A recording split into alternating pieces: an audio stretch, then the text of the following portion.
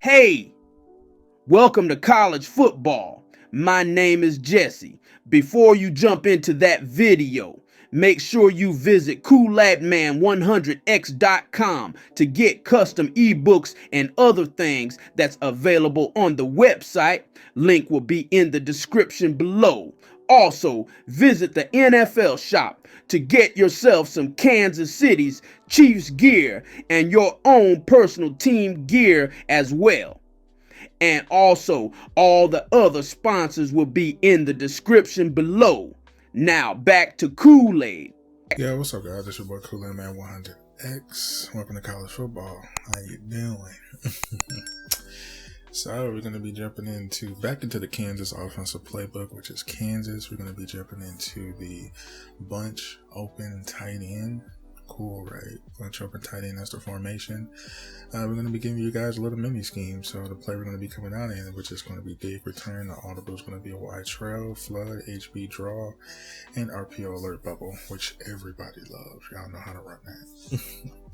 Just a mini scheme out of this formation. I thought it was kind of cool, but it's a little tricky because this formation does not have really much to work with. It's like a one hitter, one done. So I tried to make a mini scheme out of it, and I think it works. I really think it works. So I think you guys might like it. So let's jump into it.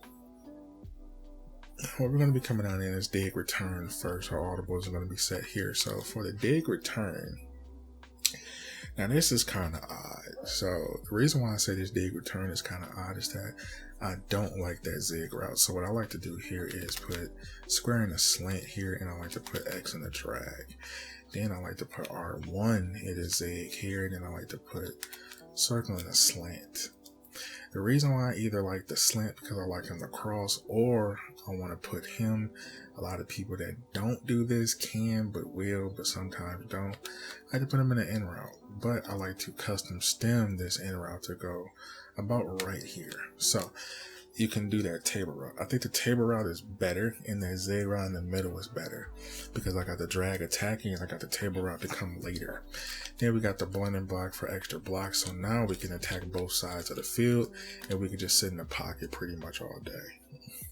So once again, we want to put X in the drag, square, and a slant here. We want to put circle, that zig route there. For that, we want to put that circle and a slant here. We want to put him on that table route, which is R1 for the custom stem. You can leave it about a notch here or notch up.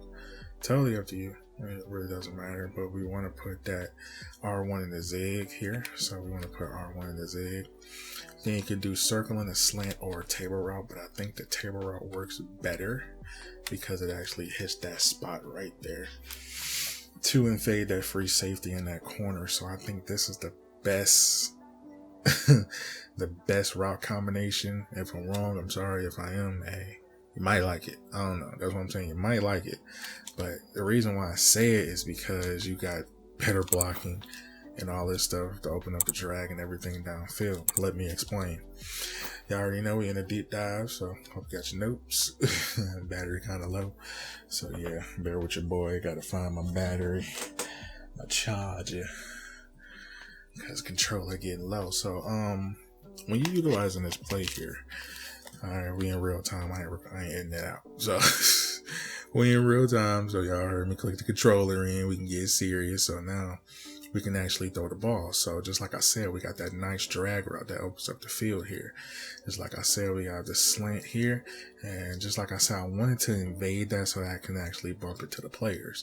So now there's actually a little bit more of an invade here because he actually slowed them down and it opens up the zig route here. So you see what I'm saying? As a conflict in between things.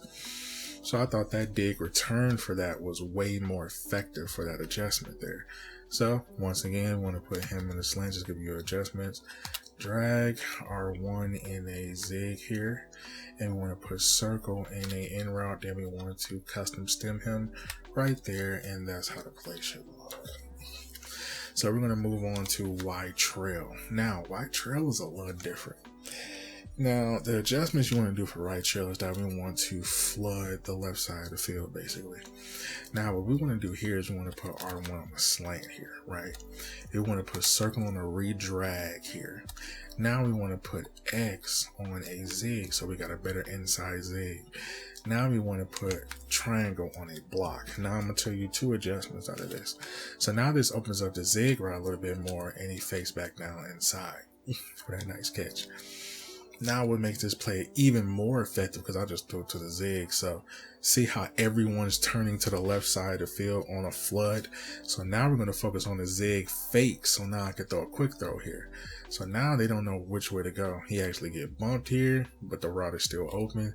Then we got the drag underneath here too as well. Then we got the out route here, over here, opening up the field here. So now we're going to make a flood concept here, so bear with me. So for this wide trail, we're really not making it the same. So this is what we're going to do. I'm going to put a triangle and a flat route here. Now we're going to open up some plays. So now we got them in a flat route. We're going to put R1 on a post here. So now we're going to R1 custom stem it down here, 1 notch there, right? We're going to redrag circle. Now it should be set up just like this. That X is going to come after the flat on the right side of the field. So after the flat hits, he comes back inside late. So in this instance, we're looking for the drag late, stuff like that. So we're actually focused on moving those linebackers. So as we see here, we're just throwing the ball.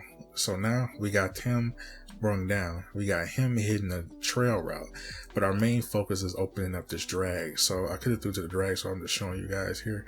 The drag is pretty much wide the fuck open. So it actually opens up the concept a little bit more better for safer throws. So when you're running this wide trail, it's kind of tricky, but different in the same ending. But just like I said, the wide trail is really not built for it. So what I like to do here is take him out of it, basically. You know, so if you can, you can. If you run, you run. That's how you run with the right trail. Me personally, I don't like to use it. I showed you with it, and I showed you it's better without it. So totally up to you how you run the right trail.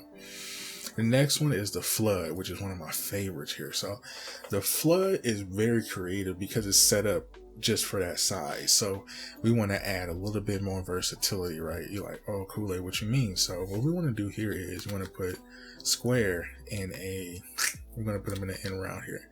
In route, but we're going to custom stem him here, right there. Right? I'm going to put R1 in a drag here, right?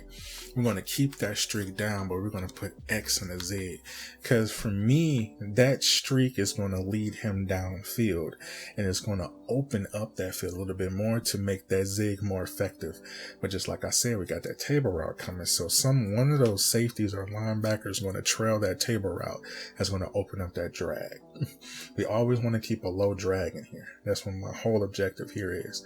But we can add a little bit more versatility to it. So when you're running it, that drag is already going across the field full speed, right? But let's say we didn't want to hit that drag.